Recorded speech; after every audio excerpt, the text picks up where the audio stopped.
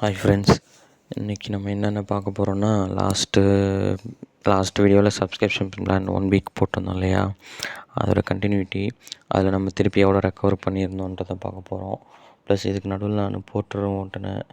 அது அப்புறம் ரேபிடோவில் பார்சலுக்கு என்னென்ன கமிஷன் பிடிக்கிறாங்க, அப்புறம் போர்ட்டரும் ரேபிடோவும் எப்படி கலந்து ஓட்டுறது, ஆஃப்லைன் ரைடு எப்படி எடுக்கிறது, ஸோ எப்படி நம்ம ரைடு பிளான் பண்ணுறது, இதை பற்றிலாம் பார்க்க போகிறோம். ஸோ ஃபஸ்ட்டு வந்து நம்ம சப்ஸ்கிரிப்ஷனோட கண்டினியூட்டி செக் பண்ணிக்கலாம். ஸோ இந்த மெயின் பேஜில் பார்த்தாலே தெரிஞ்சிருக்கும் 243 கமிஷன் சேவ்டு. இது வந்து என்னோடய சப்ஸ்கிரிப்ஷன் நான் போட்டதுக்கப்புறம் என்னோடய இதில் கம்மியானது சப்ஸ்கிரிப்ஷன் பிளான் பார்த்திங்கன்னா எனக்கு 18/1 வரைக்கும் சப்ஸ்கிரிப்ஷன் பிளான் இருக்குது. நான் இதில் வந்து பார்த்திங்கன்னா நடுவில் நேற்று ஒரு நாள் தான் ஃபுல்லாக ஓட்டினேன். நேற்று ஒரு நாள் ஓட்டினேன், அதுக்கு முன்னாடி நாள் ஓட்டினேன். ஃபுல் டே வந்து ரேப்பிடோ நான் ஓட்டவே இல்லை. அப்படி இருந்துமே எனக்கு 3 நாளில் அந்த அமௌண்ட் ரெக்கவரி ஆகுது. ஸோ டியர் ஃப்ரெண்ட்ஸ், நீங்கள் ரேப்பிடோவில் பைக் ரைடு, டாக்ஸி ரைடு மட்டும் எடுக்கிறீங்கன்னா கம்பல்சரி சப்ஸ்கிரிப்ஷன் பண்ணிக்கோங்க. அதுவும் 1 வீக்குக்கு பண்ணிக்கோங்க. அதான் நமக்கு பெஸ்ட்டு. ஸோ நம்ம ஏர்ன் பண்ணுறது அதிகமாக இருக்கும். ஸோ அந்த வர்ற காசு நமக்கு பெட்ரோலுக்கு டேலி ஆகும். ஸோ ஒரு ரீசனபிளான அமௌண்ட் வந்து நம்ம நல்லா ஏர்ன் பண்ணலாம் ரைடு ஓட்டும் போது. சரி, ஓகேங்களா? ஸோ சப்ஸ்கிரிப்ஷன் கம்பல்சரி பண்ணிக்கோங்க. இது நான் ரேப்பிடோக்கு ப்ரமோஷன் பண்ணல, நம்ம பெனிஃபிட்டுக்காக சொல்கிறேன். ஓகேங்களா? ஸோ நெக்ஸ்ட்டு வந்து பார்த்திங்கன்னா, எனக்கு நேற்று நான் எடுக்கும்போது இந்த சப்ஸ்கிரிப்ஷனில் வந்து நான் பார்சலும் எனேபிள் பண்ணியிருந்தேன். ஸோ உங்கள் எல்லாருக்கும் தெரியும், இந்த சர்வீஸ் மேனேஜர் போனீங்கன்னா ஃபுட் ஆர்டர் எடுக்கிறது கிடையாது. ஃபுட் ஆர்டர் ஏன் எடுக்கிறது கிடையாதுன்னா, அது கமிஷன் இல்லாமல் தான் வரும். இருந்தாலும் டைம் நிறைய வேஸ்ட் ஆகுது. Restaurant time, waiting time. இப்போ ரெஸ்டாரண்ட்டுக்கு நம்ம இறங்கி எடுத்துகிட்டு போய்ட்டு கஸ்டமருக்கு எடுத்துகிட்டு போய் கொடுக்கணும். ஸோ நிறையா நமக்கு டைம் வேஸ்ட் ஆகும். ஸோ அந்த காசு நம்ம ரைடில் எடுத்துகிட்டு போயிடலாம். உங்களுக்கு எக்ஸ்ப்ளோர் பண்ணணும், ஃபுட் ரிலேட்டடாக போகணும் அப்படின்னா நீங்கள் போங்க. உங்களுக்கு ஏர்ன் தான் பண்ணணும். ஏன்னா நான் நடுவில் கொஞ்ச நாள் வந்து ஃபுட்டு ஓட்டிகிட்டு இருந்தேன். அந்த எக்ஸ்பீரியன்ஸ் நல்லா இருந்தது, புது புது கடைக்கு போகிறது. ஸோ அங்கே நிறைய லேர்ன் பண்ணுறது அதனால். ஆனால் இப்போ எனக்கு வந்து நான் மெயின் ஏர்ன் தான் பண்ணணும். அதனால் நான் ஃபுட்டை வந்து ஆஃப் பண்ணி வச்சுருக்கேன். க்ரோசரினா ஜெப்டோ ஆர்டர்ஸும் வருது இப்போது. ஸோ அதை ஆஃப் பண்ணி வச்சுருக்கேன். இப்போ பார்சல், இந்த பைக், இந்த 3 மட்டும் எனேபிள் பண்ணிட்டேன். ஸோ இந்த பார்சல் எனேபிள் இருந்ததுனால எனக்கு பார்சல் ஆர்டர் வந்துச்சு. ஆனால் இதில் என்னென்னா, நீங்கள் சப்ஸ்கிரிப்ஷன் பிளான் போட்டிருக்கும் போது பார்சலை டிசேபிள் பண்ணி வச்சுக்கோங்க. ஏன்னா அதுக்கு நடுவில் பார்சல் ஆர்டருக்கும் கமிஷன் எடுக்கிறாங்க. அது எப்படி எடுக்கிறாங்கன்னு காட்டுறேன் உங்களுக்கு. இந்த ஏர்னிங்கில் பார்த்தீங்க காட்டுறேன். ஸோ எனக்கு முந்தாநேற்று பார்சல் ஆர்டர் வந்துச்சு. ஸோ இது எல்லாமே பைக்குன்றது பார்த்தீங்களா. ஸோ எக்ஸாம்பிள் ஒரு பைக் ஆர்டர் எடுத்தோன்னா நமக்கு இந்த ஜிஎஸ்டி ஹேண்ட்லிங் ஃபீ மட்டும்தான் இருக்குது. ஆர்டர் ஃபேரு, ஜிஎஸ்டி ஹேண்ட்லிங் ஃபீ. இது வந்து நம்ம சப்ஸ்கிரிப்ஷன் போட்டதுனால இருக்குது. அப்படி இல்லைன்னா பிளாட்ஃபார்ம் ஃபீன்னு ஒன்று இருக்கும். ஆனால் இதில் இந்த பார்சல் ஆர்டர் வந்துருக்குதுங்களா, இதில் வந்து பார்த்திங்கன்னா கீழே பிளாட்ஃபார்ம் சார்ஜுன்னு இருக்குது பாருங்கள், 18 ருபீஸு. ஸோ நீங்கள் சப்ஸ்கிரிப்ஷன் பிளான் போட்டிருக்கீங்கன்னா பார்சலை டிசேபிள் பண்ணி வச்சுக்கோங்க.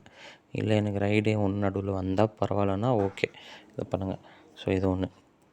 இதில் இன்னொரு விஷயம் என்னென்னா, இப்போ பார்சல் பிளான் எனக்கு ஃபஸ்ட் டைம் இது இருந்து, நீங்கள் ஆல்ரெடி ஒரு ரைடில் இருக்கும்போது இன்னொரு ரைடு உங்களுக்கு வரும். நமக்கு யூஷுவலாக வரும். எப்போ வரும்னா, நம்ம ட்ராப் பண்ணுறதுக்கு முன்னாடி, அந்த ட்ராப் முடிஞ்சோடனே அதுக்கு நியர்பை ரைடு வரும். அது ஆஸ் யூஷுவல் நார்மலாக வரும்.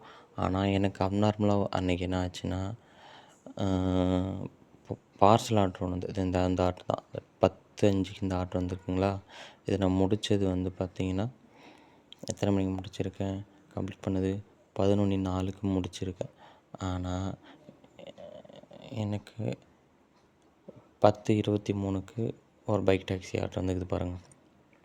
இது 10:05க்கு எடுத்திருக்கேன். 10:05க்கு எடுத்து 11:04க்கு முடிச்சிருக்கேன். ஆனால் இங்கே 10:23க்கு எடுத்து டைம் 10:23க்கு எடுத்து 13 நிமிஷத்தில் எடுத்து முடிச்சிருக்கேன். என்ன நடந்ததுன்னா, இது பேர் வந்து போல் ஆர்டர்னு வந்துச்சு. அதில் வந்து பார்த்திங்கன்னா, நீங்கள் பார்சல் பிக்கப் பண்ணதுக்கப்புறம் அதை டெலிவரி பண்ணி போய் கொடுக்குற தூரத்துக்கு டிஸ்டன்ஸில் ஏதாவது ரைடு பிக்கப் பண்ணி ட்ராப் பண்ணுற மாதிரியும் வருது. ஸோ அது உங்களுக்கு ஃபஸ்ட் டைம் வருதுன்னா பதட்டப்படாதீங்க. அது எடுக்கிறதா இருந்தாலும் எடுக்கலாம், நீங்கள் ஸ்கிப் பண்ணதாலும் ஸ்கிப் பண்ணிக்கலாம். அது எடுக்கிறதுனால நம்ம வந்து பார்சல் எடுத்துகிட்டு போகிறவங்களுக்கு எந்த பதில் சொல்லணும்னு அவசியம் கிடையாது. ஏன்னா அது வந்து ரேப்பிடோ ட்ராக்கிங்லேயே அவங்களுக்கு தெரிஞ்சிடும். ஸோ அது நீங்கள் எடுக்கிறதா இருந்தால் எடுக்கலாம். ஸோ நம்ம சும்மா போகிறத ஒரு ரைடு எடுத்துகிட்டு போயிட்டு விட்டுட்டு நம்ம அதுலேயும் ஏர்ன் பண்ணலாம். ஸோ இதுதான் மெயினாக நான் சொல்லணும்னு எதிர்பார்த்தேன். ஓகேங்களா? ஸோ இது ஒரு புது அப்டேட்டு. ஸோ இது நான் அன்றைக்கி 13ஆந்தேதி இதில் நான் ஆஃப்லைன் ஆர்டரு ரைடு எதுவும் எடுக்கலை. ஆஃப்லைன் ரைடு எதுவும் எடுக்கலை. ஸோ 7:25 நான் சீக்கிரம் முடிச்சுட்டு வந்துட்டேன். ஸோ எஸ்டர்டே பிளான் வந்து பார்த்திங்கன்னா மதியம் 10:40க்கு இல்லை காலையிலே ஸ்டார்ட் பண்ணிட்டேன். ஆமாம், மதியம் பொங்கல் படைச்சிட்டு ஸ்டார்ட் பண்ணுது. ஸோ இதில் வந்து நான் நடுவில் போர்ட்டர் ரைடு 2 எடுத்தேன். ஏன்னா நேற்று சென்னையில் நிறைய பாப்புலேஷன் அதனால் ரேப்பிடோ ரைடு ரொம்ப ஸ்லோவாக வந்துச்சு. ஸோ அதனால் போர்ட்டர் ரைடு எடுத்தேன். போர்ட்டர் ரைடு ஒன்று எடுத்தேன், ஆஃப்லைன் ரைடு எடுத்தேன். ஸோ அது ஒரு 500 வந்துச்சு. இது ஓரளவு 1000 பெட்ரோல் போக 1000 ஏர்ன் பண்ணேன் நான். மார்னிங் ஆஃப்டர்நூன் 1:00லேருந்து ஈவினிங் ஒரு 6 ரைடு ஆக்சுவலாக கம்மி நேற்று. சிட்டிக்குள்ளே எங்கேயுமே ரைட்டில் ஈவினிங் 6 to 7 ஆலந்தூர் ஸ்டேஷன்லேயே ஒரு 1/2 hour நின்றேன். இதே நார்மல் டேஸாக இருந்தால் ஆலந்தூர் ஸ்டேஷனில் எப்படி ஆர்டர் அடிக்கும்ட்டு ஆர்டர் எடுக்கிறவங்களுக்கு நல்லாவே தெரியும். ஸோ அப்படி இருந்தாலும் அப்புறம் நான் இன்னொரு பாயிண்ட் என்ன சொல்ல வரேன் ஒரு நிமிஷம். போர்ட்டர் இங்கே காமிச்சேன். போர்ட்டரில் 2 ரைடு எடுத்தேன். 2 ரைடு வந்து பார்த்திங்கன்னா 400 எடுத்தேன். இப்போது போர்ட்டரும் ரேப்பிடோவும் எப்படி ஒன்றா எடுக்கிறது, அது எப்படி பிளான் பண்ணலாம் அப்படின்றதுக்கு ஒரு சின்ன டிப்பு மாதிரி சொல்கிறேன். இப்போ நீங்கள் போர்ட்டரும் பார்க்குறீங்க, ரேப்பிடோவும் பார்க்குறீங்க அப்படின்னா போர்ட்டரில் சில அன்கம்ஃபர்டபுள் இருக்குது. என்னென்னா நீங்கள் கம்பல்சரி வர ரைடு எடுத்தே ஆகணும். அப்படி எடுக்கலைன்னா உங்களுக்கு கண்டினியூட்டியான ரைடு கொடுக்க மாட்டாங்க. அந்த கன்ஃபார்ம் பண்ணுற டைமிங்கை எக்ஸ்டெண்ட் பண்ணிவிடுவாங்க. ஸோ அதுக்குள்ளே வேறு யாராவது அந்த ரைடு எடுத்துப்பாங்க. இது ஒரு மைனஸ். நெக்ஸ்ட் என்னென்னா போர்ட்டர் உங்களுக்கு எங்கே வேணாலும் போடுவாங்க. நீங்கள் இப்போ எக்ஸாம்பிள் ஏதோ உங்கள் வீட்டில் இருக்கீங்கன்னு வச்சுக்கோங்களேன், ஒரு 30 கிலோமீட்டர் போட்டாங்க. அங்கேருந்து திருப்பிட்டு உங்கள் வீட்டுக்கு அங்கே எங்கே தான் போனாலும் திருப்பி ரிட்டன் நீங்கள் வரும்போது சும்மா தான் வரணும். ஸோ அது ஒரு பிரச்சனை. அதில் ப்ளஸ்ஸுன்னு பார்த்தீங்கன்னா உங்களுக்கு நல்ல மைலேஜ் தருவாங்க. நம்ம பெருசாக திங்ஸ் எதுவும் கொடுக்க மாட்டாங்க. கம்மியான திங்ஸ் தான் வரும். ஒரு 10 ரைடு எடுக்கிறீங்கன்னா அதில் 2 ரைடு தான் கொஞ்சம் ஹெவியாக இருக்கும். அதுவும் உங்களால் கம்ஃபர்டபுளாக இல்லைன்னா நீங்கள் அதிகமாக இருக்குன்ட்டு கேன்சல் பண்ணிட்டு போயிடலாம். ஓகேங்களா?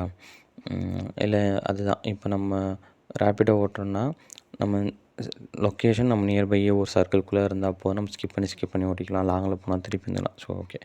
ஸோ நான் என்ன அட்வைஸ் பண்ணுறேன்னா, ஃபஸ்ட்டு ஸ்டார்ட் பண்ணுறீங்க, மொபைலில் சார்ஜ் ஃபுல்லாக இருக்குது அப்படின்ற பக்கம் போட்டு ஆன் பண்ணிக்கோங்க. ஸோ அப்போ எங்கே போனாலும் உங்களுக்கு பரவாயில்ல, பண்ணிக்கோங்க.